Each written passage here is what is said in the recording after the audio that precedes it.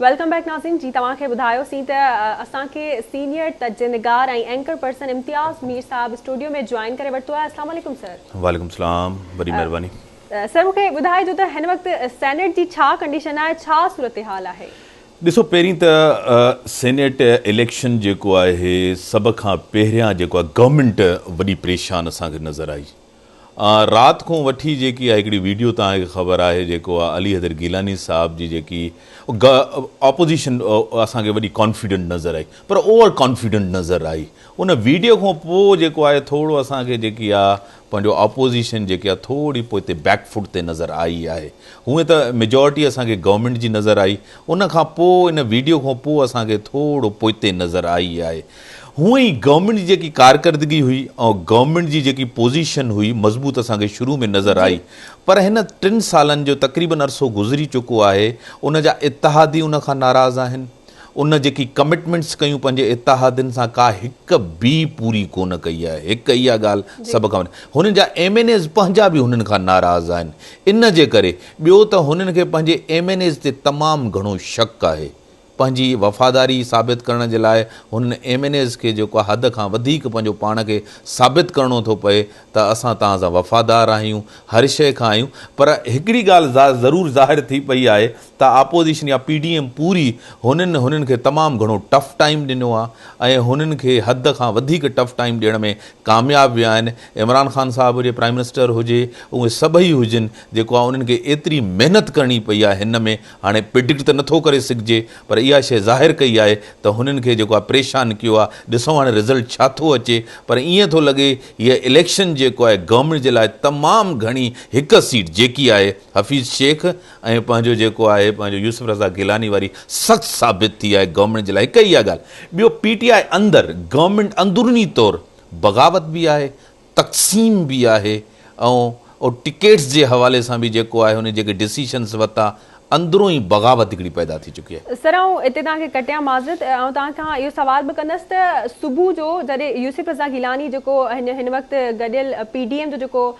धुर जो जेको उम्मीदवार बणियल आहे उन हिकिड़ो बयान बि ॾिनो आहे त इलेक्शन असां सम्झो खटे चुका आहियूं। ठीकु आहे, जॾहिं त हुकूमत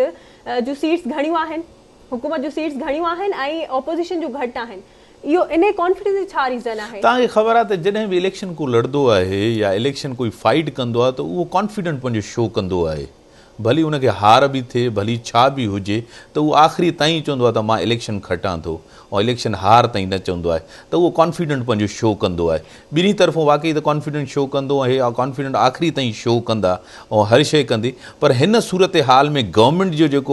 जेकी सूरत हाल हुई असांखे ॾिसो था 180 ऐं 160 वारो हिकिड़ो फ़र्क़ु जेको हुयो असांखे तमामु घणो ज़ाहिर पियो थिए। पर हिन में जेकी सूरत हाल सॼी असांखे नज़र अचे पई, जीअं तव्हांखे पाण सिंध जे अंदरि PTI तव्हांखे तक़सीम नज़र आई ऐं PTI जे पंहिंजनि माण्हुनि जेको लियाकत जतुई साहब हुजे, टिकेट्स जहिड़े तरीक़े सां विरहायूं वयूं। तव्हांखे पाण ख़बर आहे बलोचिस्तान जे अंदरि जेकी सूरत हाल तव्हांखे पैदा आई, बलोचिस्तान जे अब्दुल कादिर साहब वारे डिसीशन ते जेको आई, तव्हांखे उन बाए इलेक्शन जे अंदरि गवर्नमेंट खे जेको थियो ऐं लियाकत खटक साहब जेको हिननि जो पंहिंजो वज़ीर हुयो, जेको नौशहरा जे अंदरि हिननि इलेक्शन हारी, ओवरऑल हिननि जा जेके पंहिंजा डिसीशन्स हुया उन महिल गवर्नमेंट हिन खे तमामु घणो रिलैक्स वरितो ऐं गवर्नमेंट ख़ामोश हुई, चुप हुई, उन्हनि को हिन खे सीरियस कोन वरितो। पाण इमरान ख़ान साहब पाण चयो त बलोचिस्तान जे अंदरि 70 करोड़ रुपए में टिकेट वई आहे, हिते पाण चऊं त 35 करोड़ रुपए में टिकेट वई आहे। त PTI जे पंहिंजनि माण्हुनि इल्ज़ाम हुयो। पीपल्स पार्टी टिकेट्स बि ॾिनियूं, नून लीग बि टिकेट्स ॾिनियूं, सभिनी टिकेट्स ॾिनियूं, कंहिंजे अंदरि को हिकिड़ो आवाज़ बि तव्हांखे नज़र न आयो का टिकेट्स विकिती वई आहे। सिर्फ़ु इहो इल्ज़ाम हणनि। ॾिसो हिकिड़ी वीडियो आई, हिकिड़ी ऑडियो आई, इहो सिर्फ़ु ॾिसो न मज़म्मत थियणु खपे, सिलेक्टिव न हुजणु खपे त बाबा सिर्फ़ु तव्हां गवर्नमेंट हणे थी त बाबा पीपल्स पार्टी हीअं कयो, पीपल्स पार्टी जी वीडियो हुजणु खपे। बाबा जेकॾहिं अली हैदर गिलानी हुयो, अली हैदर गिलानी सां हिननि जा MNA अची मिलिया अची न, उन्हनि ते बि त इंक्वायरी थियणु खपे न, उहे छो अची मिलिया? हुननि बि त अची जेको आहे अची इहो ॾोह कयो न, अची करे गुनाह कयो, अची करे हिननि सां मिलिया अचणु खपे न। इलेक्शन कमीशन त सभिनी खे ॾिसे न, ॿिन्ही तरफ़नि खे ॾिसणु खपे न। इलेक्शन कमीशन इहो चयो आहे या राय ॾिनी आहे त इन जी मेरिट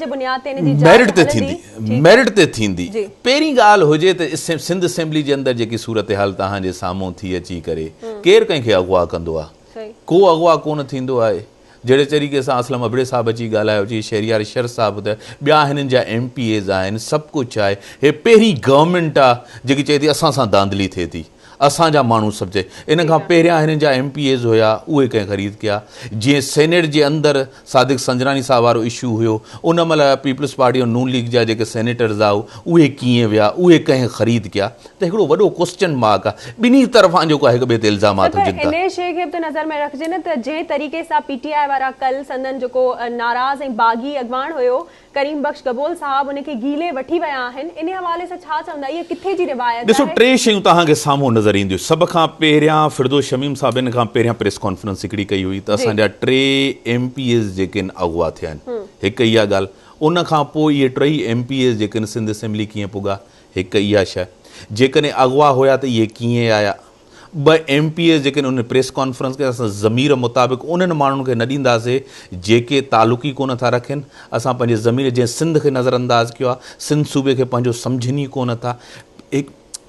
कराची जे अंदरि ई PTI जे अंदरि 3 धड़ा आहिनि ईअं न आहे त PTI जे अंदरि धड़ा न आहिनि हाणे असलम अबड़े साहब खे केरु अगवा कंदो शर साहब खे केरु अगवा कंदो ॿिया PTI जा माण्हू अगवा कंहिं पीपल्स पार्टी कया आहिनि हिन जेको आहे पंहिंजो करीम बख्श गबोल साहब इन खां अॻु में हिकिड़ी वीडियो रखी त मूंखे कंहिं अगवा न कयो आहे कल्ह असेंबली जे अंदरि जेको अफ़सोसनाक थियो तमामु अफ़सोसनाक वाक़ियो थियो असेंबली जे अंदरि पूरी दुनिया ॾिसो PTI जो जेको रवैयो हुयो जहिड़े तरीक़े सां उनखे वरितो वियो जहिड़े तरीक़े सां उनखे खयो वियो जहिड़े तरीक़े सां उनखे रखियो वियो जहिड़े तरीक़े सां उनखे गाॾी में कयो वियो इहो बि तव्हांजे साम्हूं आहे सॼी सूरत हाल तव्हांजे साम्हूं आहे त इहो अफ़सोसनाक हिकिड़ो वाक़ियो हुयो हिकु ॿी ॻाल्हि पहिरीं ॻाल्हि हुजे त जीअं रेफरेंस खणी आहे जीअं हे ऑर्डिनेंस खणी आहे जहिड़े तरीक़े सां इहे शइ कई हिननि वञी करे PTI खे हर जॻह वञी इहे नाकामियूं थियूं आहिनि त वरी उन फ़ैसिले खे बि सुप्रीम कोर्ट इहा शइ कोन चई हुई पंहिंजो जेको आहे सम्झा सुप्रीम कोर्ट ऑर्डर न आहे सुप्रीम कोर्ट राय ॾिनी हुई त जेको आहे अॼु बि जेको आहे सीक्रेसी जे तहत थिए थो खुफ़िया राय शुमारी जे तहत थिए थो हाणे तव्हां मूंखे ॾसियो त जेकॾहिं हिकिड़ो माण्हू वोट कंहिंखे ॿिए खे ॾिए थो त इहो जेको आहे करप्ट प्रैक्टिसिस में कोन थो अचे कहिड़ी बि जॻह ते तव्हांखे कानून जे तहत मूंखे ॾसियो करप्ट प्रैक्टिसिस जे तहत कोन थो अचे त पहिरीं ॻाल्हि हुजे त हिननि खे पंहिंजे MNAs ते MPAs ते शक आहे एतमाद न आहे यकीन न आहे हिननि खे पंहिंजनि माण्हुनि सां हिननि जो रवैयो बि बहितर कोन्हे चाहे हाणे तव्हांखे बलोचिस्तान जे अंदरि सरदार यारमुन रिंद बि हिननि सां नाराज़ हो उनखे परचायो हिते सिंध जे अंदरि बि हिननि जे अंदरि धड़ा आहिनि हिननि खे ख़ैबर पख्तूनख्वा जे अंदरि बि आहिनि हिननि खे सिर्फ़ु पंजाब जे अंदरि उहो बि क्रेडिट कंदे थो वञे उहो बि चौधरी परवेज़ इलाही ॾे वञे थो जेके सॼा अनआपोज़ थी करे आया नून लीग ऐं उते तहरीक इंसाफ़ जा हिननि जी पार्टी हर जॻह डिवाइडेड आहे हर जॻह विरायल आहे हर जॻह सर मूंखे ॿुधायो जी तव्हां इहो चओ पिया त हिननि जी पार्टी हर जॻह ते डिवाइडेड आहे छा रीज़न आहे 3 साल मुकमल थी विया आहिनि हिननि अञा ताईं का अहिड़ी पॉलिसी छो न जोड़ी आहे हिननि जी पार्टी में एॾा इख़्तिलाफ़ आहिनि हिननि जा MNA हिननि खां बाग़ी आहिनि छा मक़सदु आहे उनजो मतिलबु इहो आहे सभ खां पहिरियां त हिननि जूं जेके कमिटमेंट्सूं जेके हिननि जा वाइदा हुआ उन हिक तहत हिननि डिलीवर कोन करे सघिया आहिनि का हिननि जी डिलीवरेंस कोन्हे हिननि पंहिंजे MNA MPAs खे बि टाइम कोन ॾियनि था हिकिड़ो लिमिटेड माण्हू त हाणे ॾिसो न पहिरीं ॻाल्हि हुजे त तव्हां आवाम सां जेको वाइदो कयो हिकिड़ो पूरो कोन कयो पंहिंजी पार्टी जे MNA MPAs सां तव्हां मिलण जे लाइ तयारु न आहियो तव्हां टिकेट्स मेरिट्स ते कोन ॾिना जेके 2.5 साल हूंदा आहिनि त 2.5 साल इन जे करे हूंदा आहिनि त तव्हां ॿियनि 2.5 सालनि में तव्हां कमु कयो तव्हां डिलीवरेंस कयो तव्हां हिन में बहितर कयो त ॿियनि में तव्हां कमु कयो त इन जे करे हिननि सां को पंहिंजी न पार्टी जा माण्हू न MNAs आहिनि न MPAs आहिनि हे पंहिंजे माण्हुनि सां मिलण जे लाइ तयारु कोन्हे सर पर असांजी जेका हुकूमत आहे हिन वक़्तु PTI तहरीक इंसाफ़ उहा त हिन वक़्तु इहा ई दावा करे थी त असांजी मईशत जेका आहे उहा बहितरी तरफ़ वञी रही आहे त हाणे आम माण्हू को तव्हां जेकॾहिं पुछो न इन्वेस्टमेंट तव्हां ॾिसो न आम माण्हू केतिरो थिए जॉब्स तव्हां ॾिसो न सभु कुझु ॾिसो हाणे इस्लामाबाद वारी हिन सीट ते सभ खां वधीक जेको आहे सभ खां वधीक ज़ोर आहे छो सेनेट जे इन जे करे त जेकॾहिं यूसुफ रज़ा गिलानी खटे थो ऐं यूसुफ रज़ा गिलानी अॻिते अचे थो त तहरीक अदम एतमाद जो ख़ौफ़ आहे गवर्नमेंट खे MQM जहिड़े तरीक़े सां वेठी आहे तव्हांखे पाण ख़बर आहे दिलि खां नाहे वेठी जंहिं परेशानी खां वेठी आहे तव्हांखे ख़बर आहे कराची जो मैंडेट हिन खे जहिड़े तरीक़े सां PTI खे मिलियल आहे MQM पाण चयो आहे त असांजो को हिकिड़ो वाइदो बि हिन गवर्नमेंट पूरो न आहे कयो हिकिड़े वाइदे जे पूरे करण सां इहे गवर्नमेंट न आहे वेठी। उहे बि प्रेशर में वेठा आहिनि, दिलि सां कोन वेठा आहिनि। GDA वारा जहिड़े तरीक़े सां वेठा आहिनि, तव्हां ऐं मुंहिंजे प्रोग्राम में वेही करे हितिरे सरदार रहीम साहिबु चयो आहे त हे नाअहल आहिनि, उहे बि जहिड़े तरीक़े सां वेठा आहिनि, तव्हांखे ख़बर आहे मूंखे वेठा आहिनि, उहे बि चुप कयूं, ख़ामोश कयूं, हुन वटि को ऑप्शन कोन्हे, चॉइस कोन्हे, उहे बि ख़ामोश कयूं, चुप कयूं वेठा आहिनि। हीअ गवर्नमेंट हर तरह सां नाअहल नाकाम थी आहे। हे हिन जे करे हिन टिके हिन सीट ते जेको आहे सभ खां वधीक हे कनि था। सुभाणे जेकॾहिं तहरीक अदम एतमाद हिकु इहा शइ, न त इमरान ख़ान साहिब खे जेको आहे एतमाद जो वोट वठिणो पवंदो 2। ॿियो ऑप्शन जेको अपोज़िशन खे आहे त उहे लॉन्ग मार्च ते वेंदा। इम्तियाज़ मीर साहब मूंखे इहो ॿुधाइजो त पोइ हीउ जेको कल सिंध असेंबली में माहौल जोड़ियो वियो, जेको ड्रामो रचायो वियो, या इन खे ॿियनि लफ़्ज़नि में कुझु बि चई था सघूं, इहो सभु इन करे त कोन कयो वियो त हुकूमत खे इन ॻाल्हि जो ख़ौफ़ हुयो, डपु हुयो त उनखे शिकस्त मिलंदी? न, पहिरें ॾिसो, हाणे पीपल्स पार्टी खे त पंहिंजनि MPs खां ख़ौफ़ न आहे न, गवर्नमेंट में हो आहिनि, फेडरल गवर्नमेंट में हो आहिनि, हिननि खे पंहिंजनि MPs खां छो एतिरो ख़ौफ़ आहे? हिन त गवर्नमेंट आहे। असलम अबड़ो साहब या शहरियार शर खे 2.5 खां 3 साल थी विया आहिनि। मां पर्सनली पंहिंजे टॉक शोज़ में हुननि सां राब्ते में आहियां। मां हुननि खां पुछियो आहे त इमरान ख़ान हुन सां मिलण जे लाइ तयारु कोन्हे, सिंध जे लाइ को कमु करण जे लाइ तयारु कोन्हे, सिंध खे को टाइम ॾियण जे लाइ न आहे। सबबु इहो आहे सिंध खे नज़रअंदाज़ करण जे लाइ त सिंध जे माण्हुनि हुनखे वोट कोन ॾिनो आहे, त सिंध सूबा पीपल्स पार्टी का सूबा आहे। सबबु इहो आहे, वॾो सभ खां वॾे में वॾो नज़रअंदाज़ करणु, वॾे में वॾो इहो आहे त सिंध जो माण्हू नंढो आहे। इहे त उन्हनि माण्हुनि जा आहिनि न, उहे पाण माण्हू उनखे वोट ॾियणु नथा चाहिनि, ज़मीर तहत उहे उनखे वोट ॾियणु चाहिनि। सर, हिन वक़्तु असांखे ज्वाइन कयो आहे सीनियर तजनिगार शाहब ओस्तो साहब। अस्सलाम वालेकुम सर। अस्सलाम वालेकुम सर। वालेकुम सलाम। सर, मूंखे ॿुधाइजो त हिन वक़्तु सेनेट जी छा सूरत हाल आहे? हेलो, अस्सलाम वालेकुम सर। सर, अव्हांखे आवाज़ अचे पई मुंहिंजी? जी जी, हाणे अचे थी। सर, मूंखे ॿुधाइजो त हिन वक़्तु सेनेट जी छा सूरत हाल आहे? सो हाणे हिकिड़ी मुनफरिद क़िस्म जी इलेक्शन आहे जंहिंमें अपोज़िशन वारा हिकिड़ो पंहिंजो कैंडिडेट मैदान ते लाहिनि था, ऐं जेको हिनजो पस मंज़र आहे उहो इहो आहे त जनरल हिकिड़ो ख़्यालु इहो ई थो कयो वञे, इहो हिकिड़ो तासुर आहे त शायदि इस्टेब्लिशमेंट न्यूट्रल थी वई आहे ऐं इमरान ख़ान साहिब जी हाणे ॼण उहा उनखे सपोर्ट कोन थी मिले। ऐं ॿिए तरफ़ PTI जे अंदरि बि तमामु घणी बग़ावतूं नंढियूं वॾियूं सूबनि में बि ऐं मथे बि नज़र अचनि थियूं। ऐं ज़रदारी साहिब जो हिकिड़ो पंहिंजो रिकॉर्ड रहियो आहे त जॾहिं अहिड़े क़िस्म जी जोड़ तोड़ जी सियासत हूंदी आहे त पोइ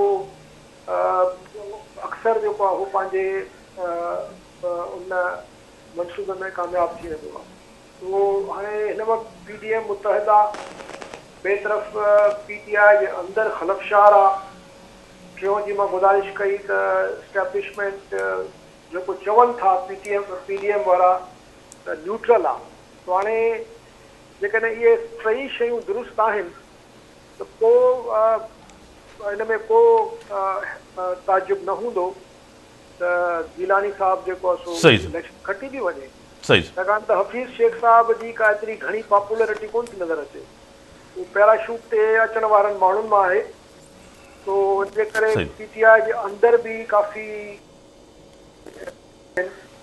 सिंध में तव्हां ॾिठो त हिकिड़ी बग़ावत थी वई आहे। सिंध जा 3 MPs उन्हनि ऐलान करे छॾियो आहे त असां वोट न कंदासीं। तो मां सम्झां थो त अॼु जी जेका इलेक्शन थींदी इन जा असर ॾाढा परे ताईं वेंदा। ऐं जेकॾहिं इमरान ख़ान साहिब जेको पाण चवे थो त मां पाण हिन कैंपेन खे मैनेज थो कयां, हाणे जेकॾहिं हिन में नाकाम थो वञे त पोइ मुंहिंजो जेको पंहिंजो अंदाज़ो आहे त इमीडिएटली PDM वारा vote of no confidence Punjab में आणींदा ऐं पोइ पंजाब जी हुकूमत बि जेकॾहिं रहे थी त पोइ इमरान ख़ान साहिब जे लाइ हुकूमत करणु ॾाढो ॾुखियो थी पवंदो। सर, इम्तियाज़ मीर थो ॻाल्हायां। सर, तव्हां माज़ी में बि सेनेट इलेक्शन ॾिठियूं, हाणे बि ॾिसो, ॿिन्ही में को फ़र्क़ु ॾिसो था? सर, ॾिसो, माज़ी में बि जंहिं हद ताईं जोड़ तोड़ जी ॻाल्हि आहे उहा त माज़ी में बि थींदी रही आहे, पर हिन दफ़े 2-3 ॻाल्हियूं जेके हिन में जुड़िजी वियूं आहिनि। हिकिड़ो त सुप्रीम कोर्ट जे अंदरि हिन ते हिकिड़ो तमामु तवील बहस हलंदो रहियो आहे सुप्रीम कोर्ट ऑर्डर ॾिनो आहे, उहो ऑर्डर बि को क्लियर ऑर्डर कोन्हे ऐं उन ऑर्डर में बि जेके कुझु ऑब्जर्वेशन्स आहिनि उन सां इलेक्शन कमीशन खे काफ़ी स्पेस मिलियो आहे त उहो जेकॾहिं चाहिनि कुझु अहिड़ा मेजर्स वठी सघनि था जिन सां इलेक्शन जी घटि में घटि शफ़ाफ़ियत खे हू इंश्योर करे सघनि। पर हाणे इलेक्शन कमीशन खे टाइम कोन मिली सघियो आहे त कल्ह ऑर्डर आयो आहे ऐं अॼु जेको इलेक्शन्स थियूं थियनि। सो ॿिए तरफ़ जेका हिन इलेक्शन जी जेका मां पहिरियों गुज़ारिश कई त हिकिड़ी मुनफ़रद इलेक्शन न कर त मां हिनखे कोठियां त PDM वारा ख़ुदि चवनि था, इवन राना सनावला जेको तमामु हार्ड कोर PMLN जो मेंबर आहे ऐं काफ़ी हद ताईं एस्टेब्लिशमेंट खे बि जेको आहे क्रिटिसाइज़ कंदो रहियो आहे, उहो बि चवंदो रहियो आहे त हाणे एस्टेब्लिशमेंट असांखे न्यूट्रल थी नज़र अचे ऐं थी सघे थो असांखे लॉन्ग मार्च करण जी ज़रूरत न पवे, इहो मरियम नवाज़ चयो आहे। ऐं पीपुल्स पार्टी वारा त खुलेआम चवनि था त जेका हे न्यूट्रल आहे एस्टेब्लिशमेंट, जंहिंजो हिकिड़ो ॿियो मूंखे जेको इंडिकेशन नज़र आयो आहे त अचानक शहबाज़ शरीफ़ जो पुटु हमज़ा शरीफ़ जेको आहे सो आज़ादु थी वियो आहे ऐं उनजो ॿाहिरि निकिरणु बि ॾाढो माना ख़ेज़ आहे, छाकाणि त जेकॾहिं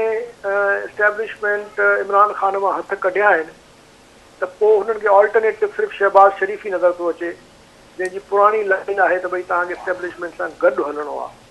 तो इहे सभई डेवलपमेंट्स जुड़ियल आहिनि हिन इलेक्शन सां, ख़ासि तौर ते इस्लामाबाद जी जेका इलेक्शन आहे गिलानी साहिब वारी। जेकॾहिं गिलानी साहिब हिन में मैदान मारे थो वञे त पोइ मां नथो सम्झां त इमरान ख़ान लाइ कंटिन्यू करणु ॾाढो ॾुखियो थी वेंदो ऐं पोइ इहो बि ज़ाहिर थी वेंदो त वाकई एस्टेब्लिशमेंट घटि में घटि हिन वक़्त ताईं न्यूट्रल नज़र ईंदी पोइ असांखे। अच्छा सर, मूंखे इहो ॿुधाए थो त जेकॾहिं सेनेट में हफ़ीज़ शेख कामयाब थी वञे थो त पोइ तव्हांखे छा थो लॻे त हुकूमत जी पोज़ीशन मज़बूत थी वेंदी ऐं हुकूमत पंहिंजा 5 साल पूरा कंदी? ॾिसो,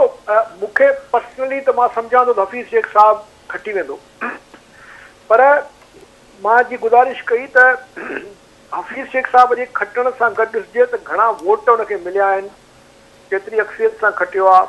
अंदरि केतिरी भञरा थी आहे PTI में। PTI जे अंदरि जेका खिचड़ी थी पचे उहा उनजो बि असांखे हिकिड़ो अंदाज़ो थी वेंदो हिन इलेक्शन में। जेकॾहिं तव्हांजो शेख साहिबु तमामु नैरो मार्जिन सां थो खटे त पोइ बि मां सम्झां थो त इमरान ख़ान साहिब जे लाइ ॾुखियो वक़्तु आहे अॻिते।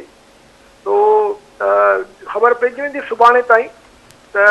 इमरान ख़ान साहिब जी जेका हुकूमत आहे उहा वाकई कंटिन्यू कंदी या कंहिं बहिरान जो शिकार थी वेंदी। छो त जेको तव्हांखे मां जीअं पहिरियों गुज़ारिश कई त हिन वक़्तु सूरत हाल आहे उन में वाज़ह तौर ते इहो चई नथो सघिजे। सर, तव्हां शुरू खां वठी जीअं त चवंदा बि अचो था त एस्टेब्लिशमेंट त न्यूट्रल थी चुको आहे, इलेक्शन कमीशन जे फ़ैसिलनि खां जीअं त डस्का जो हिकिड़ो वॾो फ़ैसिलो, उन खां पोइ तव्हांखे लॻे नथो त एस्टेब्लिश न्यूट्रल थी चुकी आहे एस्टेब्लिशमेंट? बिल्कुलु लॻे थो, छाकाणि त ॾिसो मां इहो नथो चवां त को इलेक्शन कमीशन जेको इहो डस्का जो फ़ैसिलो कयो आहे या उन ते जेका प्रेस रिलीज़ कढी हुयूं इहो को गैर मामूली कमु कोन्हे, पर मां इनखे हिकिड़े कंहिं इन वाक़े खे इलेक्शन कमीशन जी आज़ादु हुजण सां या जेको चीफ इलेक्शन कमिश्नर साहिबु आहे उनजे हाणे ॼण त हिकिड़ी पंहिंजी ख़ुदमुख़्तियार हैसियत खे अञा वञण लाइ तयारु न आहियां, छाकाणि त इलेक्शन कमिश्नर साहिबु जेको आहे चीफ इलेक्शन कमिश्नर साहिबु जेको आहे उहो काफ़ी वक़्त खां वेठो आहे ऐं काफ़ी अहिड़ा फ़ैसिला जेके हो करे सघे पियो। मसलन जेको PTI जो फॉरेन बैंक अकाउंट्स जो मामिलो आहे, वावडा साहिब जी जेका आहे उते जेको हुनजी कैंडिडेंसी जो मिटी शहरियत जो मसइलो आहे, हाणे उहे मामला अञा पिया जेको आहे तातुल जो शिकार थियनि ऐं उन ते को अहिड़ी का ख़ासि असांखे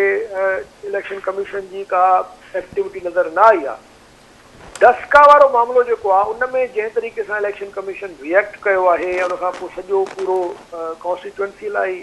हाणे इलेक्शन कराइण जो ऑर्डर कयो अथई,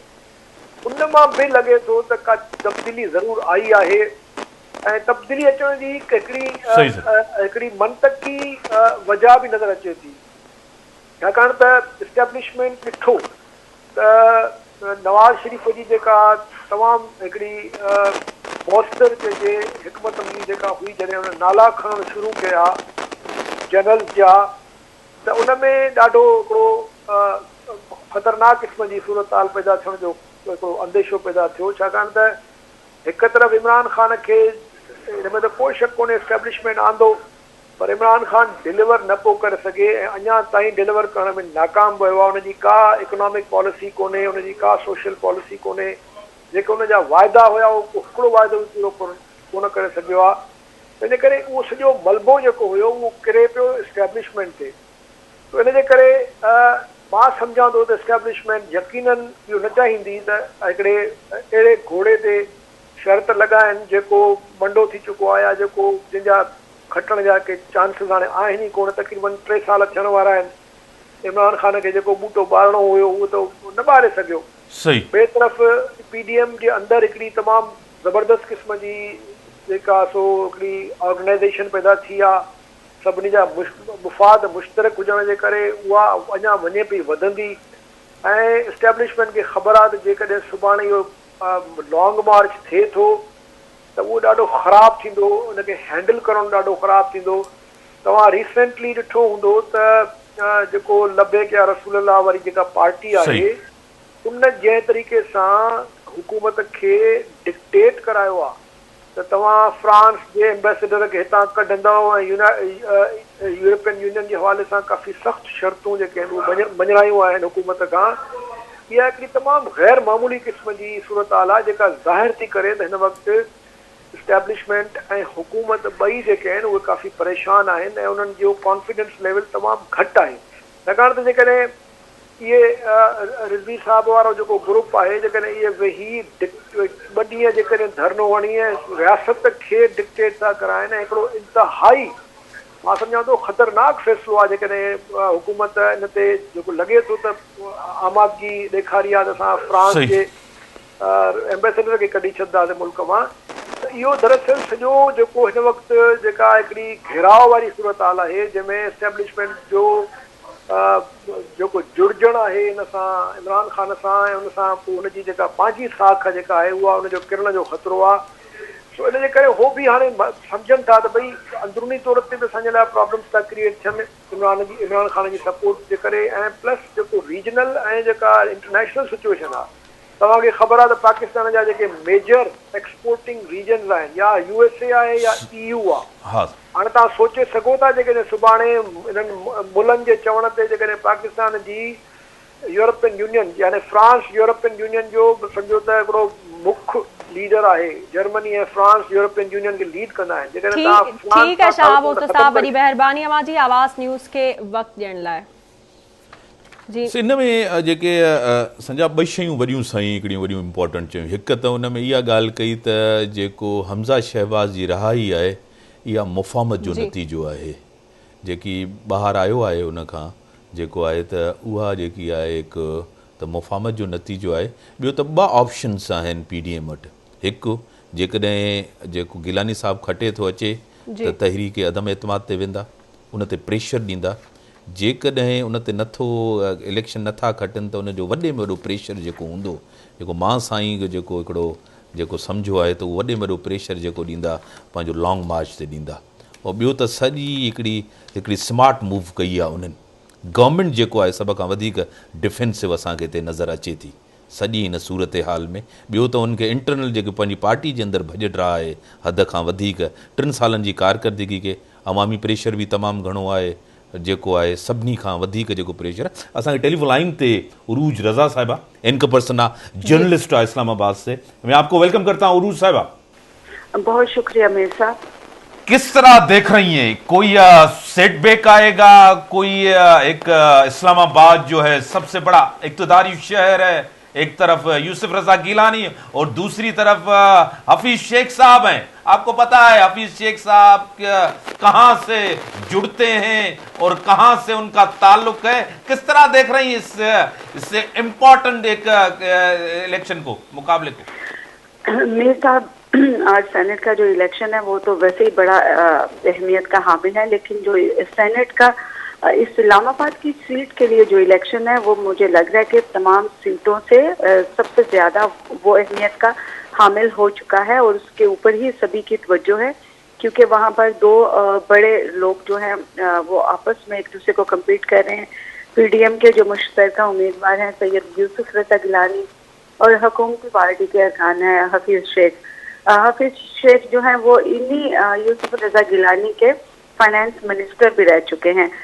جو کہ آپ کو پتا ہوگا، اور اب دونوں کے درمیان میں جو ہے وہ کانٹے کا مقابلہ ہے۔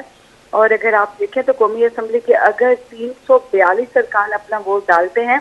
تو ان دونوں میں سے جو بھی 171 ووٹ حاصل کرے گا وہی سینیٹر منتخب ہوگا۔ لیکن اس میں میں آپ کو بتاؤں کہ ڈسکا میں ابھی قومی اسمبلی کا جو الیکشن ہے وہ ہونا ہے، اور یہ تعداد جو ہے جو آج ووٹنگ کر رہی ہے قومی اسمبلی کے ارکان کی وہ 341 ہے۔ تو 341 میں بھی میں سمجھتی ہوں کہ 171 ووٹ حاصل جو کرے گا وہی سینیٹر منتخب ہوگا۔ جو باقی کی بات آپ نے کہی کہ حکومت کو جو ہے وہ اس وقت 185 ارکان کی حمایت حاصل ہے، جبکہ جو اپوزیشن ہے اس کے پاس ابھی تک صرف 160 ارکان ہیں۔ تو یوں لگ رہا ہے کہ حکومت ہی یہ سیٹ جو ہے وہ لے جائے گی، اور پی ڈی ایم جو ہے اگر ابھی تک انہوں نے کوئی پراپر انگیجمنٹ نہیں لی ہے دوسرے جو ارکان ہیں۔ اچھا عروج صاحبہ مجھے یہ بتائیے گا کہ اپوزیشن کے پاس جو ووٹ ہیں وہ کم ہے اور حکومت کے پاس زیادہ ہیں، تو پھر حکومت کنفیوز دکھائی کیوں دے رہی ہے؟ حکومت اس لیے کنفیوز دکھائی دے رہی ہے کہ پچھلے دنوں آپ نے دیکھا ہوگا بہت ساری ویڈیوز وائرل ہوئی، بہت سارے چیٹس وائرل ہوئے جس میں حکومتی ارکان کو خریدنے کی جو باتیں ہیں وہ کی جا رہی تھی اور وہ ان کو خریدا بھی جاتا ہے۔ یہ جو سینٹ کا الیکشن ہے یہ اس الیکشن میں بہت سارے ارکان نے قومی اور صوبائی اسمبلی کی پہلے سے ہی ایڈجسٹمنٹ ہو جاتی ہے، چونکہ یہ جو ووٹنگ ہے ابھی سپریم کورٹ نے کہا کہ اس کو پرانے طریقہ کار کے ساتھ یہ ووٹنگ ہوگی، تو ووٹنگ کا جو عمل ہے خفیہ وہ ووٹنگ ہوگی، تو جس کی وجہ سے حکومت جو ہے وہ اس وقت نروس ہے، وہ بکھلاہٹ کا شکار ہے، کیونکہ جو پچھلا الیکشن تھا اس میں بھی پاکستان تحریک انصاف کی سینئر قیادت نے اپنے 20 ارکان اسمبلی کو فارغ کیا تھا صوبائی اسمبلی سے، کیونکہ ان کے اوپر یہ الزام آیا تھا کہ انہوں نے اپنا ووٹ جو ہے وہ بیچا ہے۔ اور جو کے پی اسمبلی سے اس وقت سینیٹر روبینہ خالد کا سینیٹر منتخب ہو جانا جو تھا اس کے اوپر بات چیت کی جا رہی تھی کہ وہاں پہ پاکستان پیپلز پارٹی کی ایک سیٹ نہیں تھی، تو یہ خاتون کس طرح جیت کر سامنے آ گئی۔ تو اسی لیے حکومت جو ہے وہ اس وقت پورا زور لگا رہی ہے کہ کسی بھی طریقے سے یہ جو selling and buying of F P S ہے وہ نہ ہو، یا پھر ایم ایل ایز کے ساتھ کسی قسم کا اتحاد یا اس طرح کی چیزیں نہ ہوں، جس کی وجہ سے وہ اس وقت کنفیوژن کا شکار ہے۔ لیکن پر اعتماد جس طرح میری ساتھی سنجا صاحبہ نے بھی کہا، پر اعتماد جو ہے اپوزیشن نظر ہے، جس طرح سندھ کے اندر 2 ایم پی ایز گئے، اس طرح کوئی نیشنل اسمبلی میں بھی ہو سکتا ہے؟ بالکل ہو سکتا ہے میر صاحب، آپ اس کی شام 5 بجے جب یہ پولنگ ختم ہو جائے گی تو مجھے لگ رہا ہے کہ جو جیتے گی تو حکومت ہی، لیکن tough time P D M پورا دے گی حکومت کو، کیونکہ اگر یہ دیکھا جائے کہ یوسف رضا گیلانی جو ہیں اگر ان کو 160 ارکان کی حمایت حاصل ہے اس وقت اور حکومت کو 185 ارکان کی حمایت حاصل ہے اس وقت، تو شام تک کچھ پتہ نہیں ہے کہ وہ جو 185 ہے حکومت کے وہ 5 کم ہو کر ان کی طرف آ جائیں، تو یہ جو فاصلہ ہے یہ تھوڑا ہی ہے ان کے درمیان۔ تو لیکن میجورٹی میں چلو ٹھیک ہے مان لیتے ہیں میجورٹی میں وہی ہے، لیکن اپوزیشن نے نیندیں حرام تو کی ہے نا گورنمنٹ کی۔ جی بالکل کی ہے، میں نے ابھی آپ کو وہی بتایا نا کہ 160 کی پی ڈی ایم کو آلریڈی حمایت حاصل ہے، تو زیادہ سے زیادہ مطلب یہ ہوگا کہ ان کی جو تعداد ہے وہ بڑھ کے 160 سے 165 بھی ہو سکتی ہے، لیکن اس سے زیادہ میں نہیں دیکھ رہی میر صاحب، کیونکہ جو لوگ اگر ایڈجسٹمنٹ کرتے بھی ہیں تو وہ 5-6 ہی کر سکیں گے، اس سے زیادہ کے لوگوں میں حکومت نے وہ جرأت، وہ ہمت، وہ حوصلہ رہنے نہیں دیا کہ وہ کر سکیں۔ کچھ بھی ہے حکومتی پارٹی کا اپنی پارٹی کے اوپر، وہ والے حالات تو نہیں ہے نا جس طرح صادق سنجرانی صاحب کے دور کے حالات تھے، وہ حالات تو نہیں ہے؟ نہیں وہ والے حالات نہیں ہیں، ابھی جو چیزیں ہیں وہ حکومت کے کنٹرول میں ہیں، اور جو حکومت ہے اس نے اپنے ارکان کو بھی اس بار کافی کنٹرول میں رکھا ہوا ہے۔ اگر آپ دیکھیں کہ آج کے الیکشن سے پہلے جو پرائم منسٹر ہیں वो कल सारा दिन कौमी असम्बली रहे और उन्होंने अरकान से मुलाकातें भी की। आज भी अभी वो पहुंचे हुए थे इसके लिए, वोटिंग के लिए। तो जो पहले हुआ था इलेक्शन, उसके मुकाबले में ये जो सेनेट का इलेक्शन है ये ज्यादा अहमियत का हामिल है, हुकूमत के लिए भी और पीडीएम के लिए भी। अब जो डेमोक्रेसी है वो अपने पूरे स्विंग में है इस वक्त मुल्क में। तो जो आपने बात पूछी थी कि हुकूमत को टफ टाइम तो दिया है पीडीएम ने, नींदें उड़ाई हैं। ठीक है उरूज रजा साहिबा, बड़ी मेहरबानी आपकी आवाज़ न्यूज़ को वक्त देने के लिए। जी सर। देखिए गवर्नमेंट जी जेके ग्रिप तो हूंदी है, गवर्नमेंट मज़बूत तो हूंदी है, पर ही गवर्नमेंट जीअं तव्हां पाण तो कंफ्यूज़ है, पुर एतमाद गवर्नमेंट नज़र कोन थी अचे। पंहिंजनि ई माण्हुनि ते हिन जो शक तमामु घणो आहे, पंहिंजनि ई गवर्नमेंट ते माण्हुनि ते हिन जो कॉन्फिडेंट न आहे। पंहिंजा ई माण्हू हिन अहिड़ा स्टेटमेंट ॾिना आहिनि, आमिर लियाकत साहिब जो तव्हांजे साम्हूं स्टेटमेंट आहे, पंहिंजनि ई माण्हुनि ते एतमाद शो न आहे करणो। पंहिंजनि ई माण्हुनि खे चवनि था त तव्हां पंहिंजी लॉयल्टी शो कयो, पंहिंजनि ई माण्हुनि ते हिननि जो शक आहे, पंहिंजनि ई माण्हुनि ते हिननि जी नज़र आहे। हिन वटि इदारा बि आहिनि, काफ़ी शयूं बि आहिनि, वॉच बि रखियो आहे हिननि पंहिंजनि माण्हुनि ते, त इन जे करे हिननि जो कॉन्फिडेंस शेक आहे, कॉन्फिडेंस हिननि खे एतिरो न आहे। ऑपोजिशन खे तव्हांखे कॉन्फिडेंस नज़र अचे थो, उन जे करे त इहे ॿ टे शयूं तव्हांखे अॼु नज़र अचे थो। इन जे करे त असांजा तजिया निगार या ॿिया माण्हू जेके आहिनि न, जेको आहे गवर्नमेंट खे थोरो ज़्यादा सपोर्ट था करनि।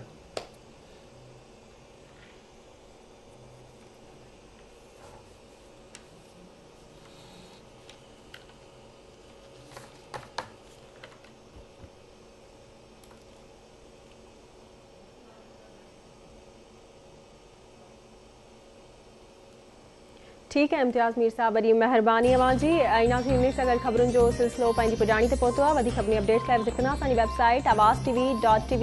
आवाज़ न्यूज़।